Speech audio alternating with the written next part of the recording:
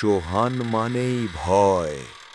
আজকের গল্প একটা ভয়ঙ্কর লাশ। একটা লাশের ঘটনা, স্লো ভার্সন। রাতটা ছিল অস্বাভাবিক রকমের নীরব। চাঁদ উঠেছিল, কিন্তু আলো ঠিক যেন আলো না, মরা মরা সাদা একটা ছায়া। গ্রামের শেষ প্রান্তের সেই কাঁচা রাস্তা দিনে যতটা সাধারণ, রাতে ঠিক ততটাই ভয়ঙ্কর। রফিক একা হাঁটছিল। পায়ের নিচে শুকনো পাতার শব্দ হচ্ছিল, খস খস। প্রতিটা শব্দে সে বারবার পেছনে তাকাচ্ছিল, কারণ অদ্ভুত একটা অনুভূতি হচ্ছিল, কেউ যেন তাকে দেখছে। হঠাৎ সে থেমে গেল। রাস্তায় কিছু একটা পড়ে আছে, অনেক দূর থেকে বোঝা যাচ্ছিল না। সে টর্চ জ্বালালো।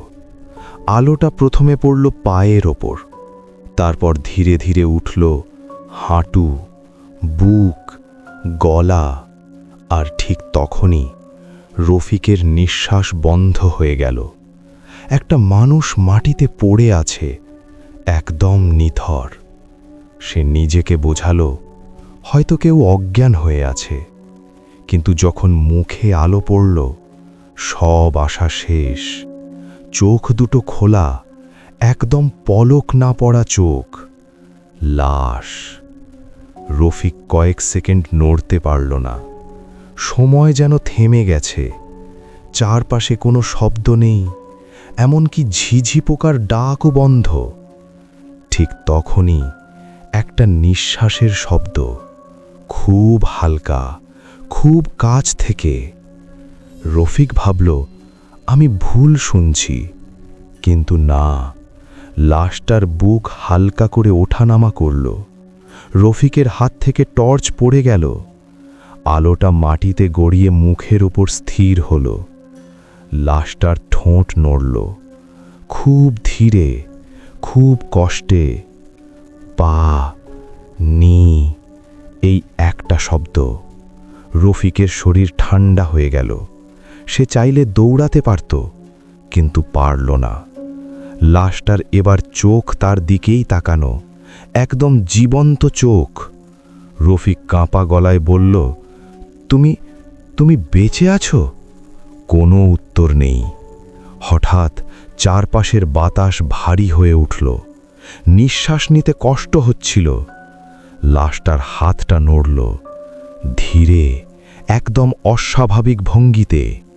এরপর আচমকা হাতটা রফিকের পা চেপে ধরল, বরফের মতো ঠান্ডা। রফিক চিৎকার করতে চাইল, কিন্তু গলা দিয়ে কোনো শব্দ বেরোল না।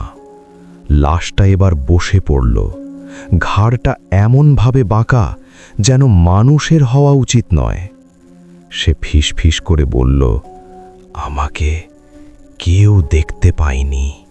আমি ডেকেছিলাম, কেউ থামেনি। প্রতিটা শব্দ রফিকের মাথার ভেতরে গেঁথে যাচ্ছিল। সে কোনো রকমে পা ছাড়িয়ে দৌড় দিল। দৌড়াতে দৌড়াতে মনে হচ্ছিল পেছনে কেউ হাঁটছে, খুব ধীরে, খস খস। সারা রাত রফিক ঘুমাতে পারেনি। ভোরের দিকে জ্বর এলো। পরদিন পুলিশ এলো, গ্রামের লোকজনও গেল, কিন্তু সেই রাস্তায় কোনো লাশ ছিল না। শুধু কাদার উপর স্পষ্ট হাতের ছাপ, আর রফিকের পায়ের কাছে একটা ভেজা ঠান্ডা দাগ। আজও ওই রাস্তা দিয়ে রাতে কেউ গেলে বলে, কখনো কখনো চাঁদের আলোয় একটা ফিসফিস আওয়াজ শোনা যায়, পানি।